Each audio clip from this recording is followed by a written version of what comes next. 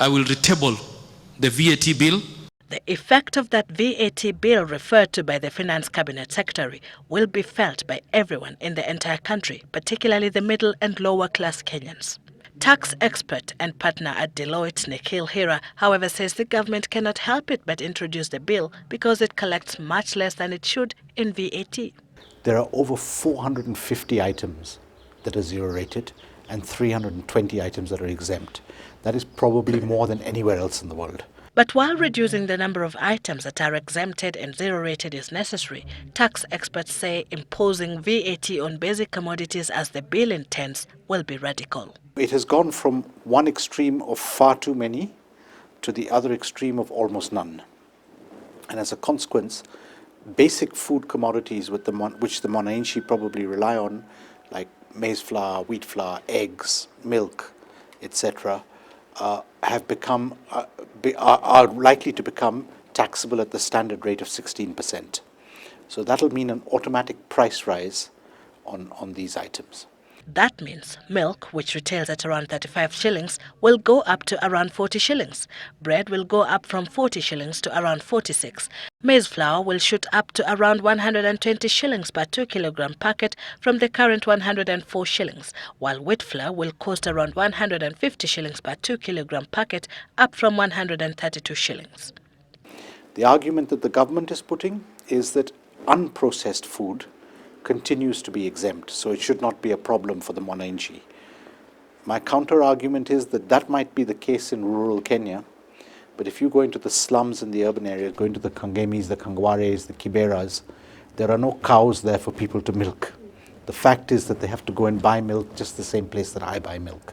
Despite government's noble intention to increase its revenue through the VAT bill, it's bound to face resistance from the public and most likely Parliament as well. Some MPs have already indicated that they will not support the bill. Hira observes that this will be the third time the government attempts to introduce the bill. It is interesting that when last year when Mr. Githai issued the VAT Bill 2012, he said in his speech, I expect to raise 50 billion shillings as a result of the new bill. Yesterday, Mr. Rotich said, I'm resubmitting the bill and I expect to earn 10 billion shillings, which suggests to me that either Mr. Githai was totally wrong or they're actually trying to water down the bill a little bit and take account of the fact that the mwananchi cannot really afford to take this 16% hike. But the problem, according to Nikhil Hira, is that the tax space in the country is very small and attempts to widen it have not been successful. That's what the KRA and the Treasury have to do. They've got to move away from just taxing the same people over and over and over again. Because when the economy is not doing well, those same people are not in a position to pay any more tax. Hira believes the government can introduce innovative ways to widen the tax bracket. What they've got to do is go after the Juakali sector.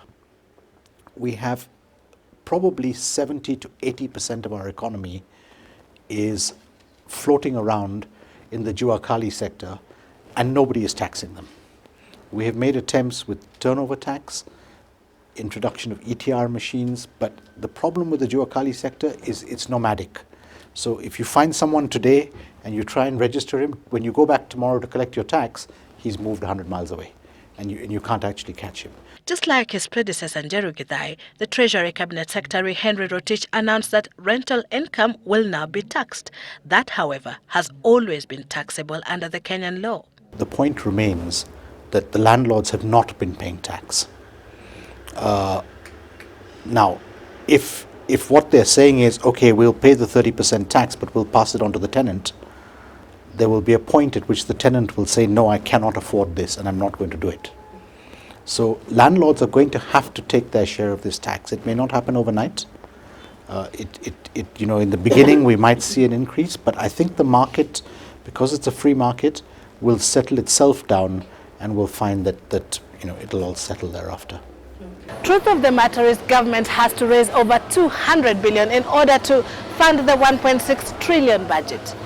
And it may have to resort to such products of mass consumption to raise that money, even though it will hurt its citizens' pockets. Sylvia Chebet, Citizen Weekend, Nairobi.